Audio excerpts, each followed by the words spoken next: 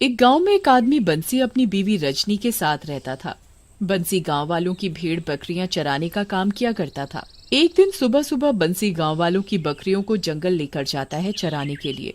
चलो चलो चलो चलो, आगे बढ़ो और अपना अपना पेट भरो। मैं तुम सब बकरियों पर उस ऊंची सी पहाड़ी के ऊपर से खड़े होकर नजर रखूंगा। हाँ।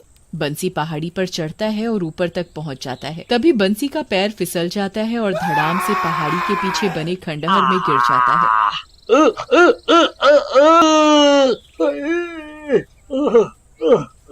मैं मर गया। हाय रे। तभी बंसी को खंडहर के कोने से रोशनी आती दिखाई देती है।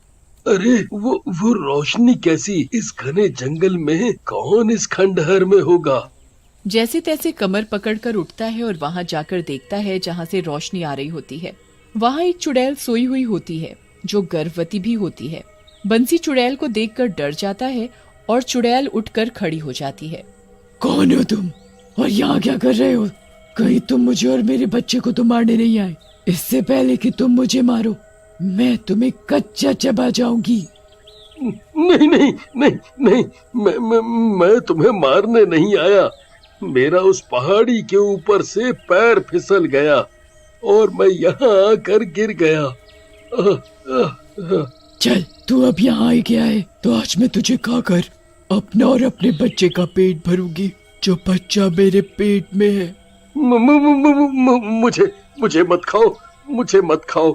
आज तो तुम मुझे खाकर अपना पेट भर लोगी, पर कल का क्या है? कल किसे खाकर अपना पेट भरोगी? अगर मैंने तुम्हें छोड़ दिया और तुमने पूरे गांव में बता दिया कि मैं यहाँ छुप कर रह रही हूँ तो गांव वाले मुझे और मेरे बच्चे को मार डालेंगे। मैं किसी को कुछ नहीं बोलूंगा। हाँ, किसी को कुछ नहीं बोलूंगा। पर तुम्हें ऐसी हालत में देखकर मुझे कुछ समझ नहीं आ रहा। एक तो तुम चुड़ैल, ऊपर से गर्भवती। मैं कई दिनों से भूखी हूँ, मेरा बच्चा भी भूखा है।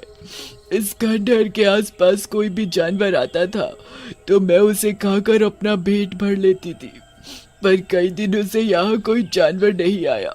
मैं किसे खाऊं अब? तुम गर्भवती हो और तुम्हारा इस तरह जानवरों को खाना ठीक नहीं। पर अब मैं क्या करूं? मुझे 1 महीने तक और यहाँ छुप कर रहना पड़ेगा क्योंकि मेरे 8 महीने तो पूरे हो गए हैं। अब 1 महीना और छुप कर रहना है। छुप कर मतलब? तुम बहुत दुखी लग रही हो। तुम मुझे अपनी परेशानी बता सकती हो? तुम्हारे साथ ऐसा क्या हुआ जो तुम चुड़ैल बन गई, वो भी गर्भवती? इस बच्चे का पिता कौन है? तुम कोई भले आदमी लगते हो तो मैं तुम्हें बता सकती हूँ। तो सुनो, मैं एक साधारण सी लड़की थी। मेरा नाम मीना है और मैं अपने पति अमन से बहुत प्यार करती थी। एक दिन मेरे पति ऑफिस से घर आए तो मैंने उन्हें खुशखबरी दी कि अमन, आज मैं बहुत खुश हूँ। क्या बात है? इतना खुश तो मैंने तुम्हें पहले कभी नहीं देखा। तो ध्यान से सुनो मेरे पति देव, तुम पापा बनने वाले हो और मैं माँ। मीना, मुझे तुमसे बेटा चाहिए, बेटी नहीं। दोगी ना मुझे बेटा? अमन, तुम भी ना कैसी बात करते हो? बेटी बेटा तो एक समान ही होते हैं। नहीं, मुझे बेटा ही चाहिए। हाँ। 9 महीने बाद मीना ने एक बेटी को जन्म दिया। अमन बेटी को नफरत से देख रहा था और मीना के पास से बेटी को उठाकर जंगल में ले जाता है और वहाँ जंगल में फेंक आता है। मेरी बेटी कहाँ है? तुमने मेरी बेटी का क्या किया? उसे कहाँ छोड़ा है? मैं तुम्हारी बेटी को जंगल में फेंक आया। अब तक तो उसे जंगली जानवर भी खा गए होंगे। मीना अपनी बच्ची के लिए बहुत रोती है। कुछ महीनों बाद मीना फिर से गर्भवती होती है और फिर से एक बेटी को जन्म देती है। अमन अपनी बच्ची को फिर से उठा ले जाता है और अब की बार पहाड़ी से बच्ची को नीचे फेंक देता है। मीना तीसरी बार गर्भवती होती है। अगर अमन को बता दिया कि मैं फिर से गर्भवती हुई हूँ और अगर फिर से मेरी बेटी हुई तो वो इसे भी उन दोनों की तरह ही मार देगा। मैं ऐसा नहीं होने दूंगी। अब की बार मैं यहाँ से कहीं दूर चली जाऊंगी। मीना सड़क पर जा रही होती है, तभी एक गाड़ी आकर मीना को टक्कर मारकर चली जाती है और मीना वहीं मर जाती है। मीना की आत्मा उसके शरीर से निकलकर चुड़ैल का रूप ले लेती है। मीना चुड़ैल बनकर अपने पति के पास पहुंच जाती है। कौन कौन हो तुम? मैं मीना हूँ, तुम्हारी पत्नी। तुम तो कोई चुड़ैल हो, मेरी पत्नी नहीं हो। मैं तुम्हारी पत्नी ही हूँ जो अब मर चुकी है। माँ की ममता ने मुझे चुड़ैल बना दिया है। तुमने मेरी बच्चियों की जान ले ली, अब मैं तुम्हें भी मार डालूंगी। मीना अमन का गला दबाकर उसे मार देती है और रोती हुई वहां से जंगल की तरफ जाती है।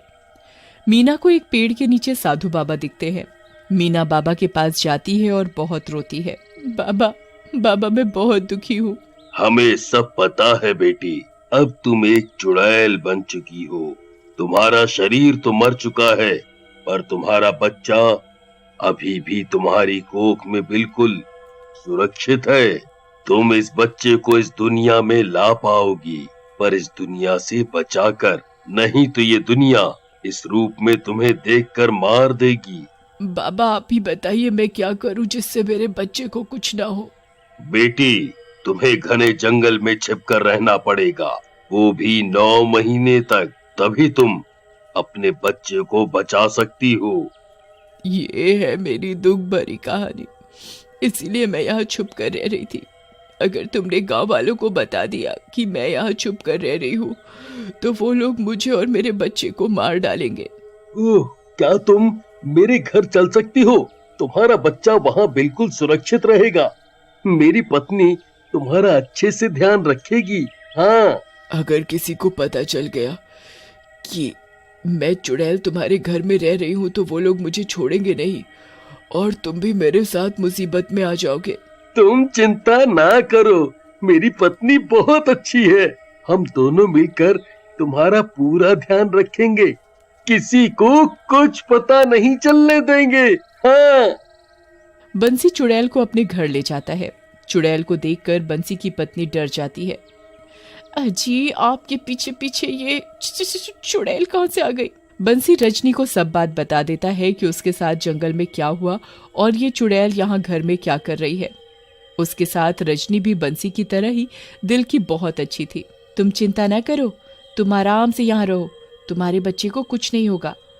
तुम बहुत भाग्यशाली हो जो माँ बनने का सुख ले पाओगी। मैं तुम्हारा मतलब नहीं समझी। मतलब रजनी कभी माँ नहीं बन सकती और मैं बाप।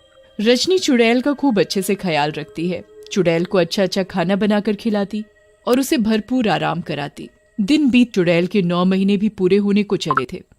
एक दिन चुड़ैल बंसी और रजनी से बोलती है, तुम दोनों बहुत अच्छे हो, तुम दोनों ने मेरा बहुत अच्छे से ध्यान रखा, पर मैं चुड़ैल हूँ और जब मैं बच्चे को जन्म दूंगी तो चुड़ैल बनकर अपने बच्चे को कैसे पालूंगी। तभी दरवाजे पर ठक ठक होती है। रजनी दरवाजा खोलती है तो वही सिद्ध बाबा होते हैं। हमें पता था कि तुम यहीं मिलोगी। बाबा, आप इस चुड़ैल को जानते हो? चुड़ैल रजनी को सब बताती है कि इन्हीं बाबा की वजह से आज वो सुरक्षित है। बाबा, आप बिल्कुल सही समय पर आए हो। मैं बहुत परेशान हूँ अपने बच्चे को लेकर। तुम चिंता मत करो। बाबा, मैं तो चुड़ैल हूँ, फिर मेरा बच्चा होगा तो वो भी तो मेरे ही जैसा होगा दिखने में। तुम्हारा बच्चा तुम्हारे जैसा नहीं है, वो बिल्कुल साधारण है। हम अपनी मन की शक्ति से सब जान लेते हैं, पर एक समस्या है, हम उसी समस्या की वजह से यहाँ आए हैं। बाबा, क्या हुआ बताओ ना। बेटी, तुम इस बच्चे को जन्म नहीं दे सकती क्योंकि तुम एक आत्मा हो, एक चुड़ैल हो। बच्चे की ममता ने तुम्हें पूरी तरह मरने नहीं दिया। पर बाबा, आपने तो बोला था कि मेरा बच्चा सही सलामत इस दुनिया में आएगा। रजनी, तुम कभी माँ नहीं बन सकती। मैं इस चुड़ैल का बच्चा तुम्हारी कोख में डाल रहा हूँ। इस बच्चे को तुम जन्म दोगी और माँ का प्यार दोगी। चुड़ैल को इस दुनिया से जाना होगा अब। रजनी बहुत खुश हो जाती है कि वो माँ बनेगी। चुड़ैल भी बहुत खुश होती है। चुड़ैल को पता है कि जो उसके बच्चे के माँ बाप बनेंगे वो दोनों बहुत ही अच्छे हैं और उसके बच्चे का अच्छे से ध्यान रखेंगे। फिर बाबा अपनी शक्ति से चुड़ैल का बच्चा रजनी की कोख में डाल देते हैं। अब रजनी गर्भवती हो जाती है। बेटी, अब तुम्हें यहाँ से जाना होगा। तुम्हें मैं मुक्ति प्रदान करता हूँ। चुड़ैल वहाँ से हमेशा के लिए चली जाती है और रजनी कुछ दिनों बाद एक सुंदर सी बेटी को जन्म देती है। रजनी और बंसी बहुत खुश होते हैं बेटी को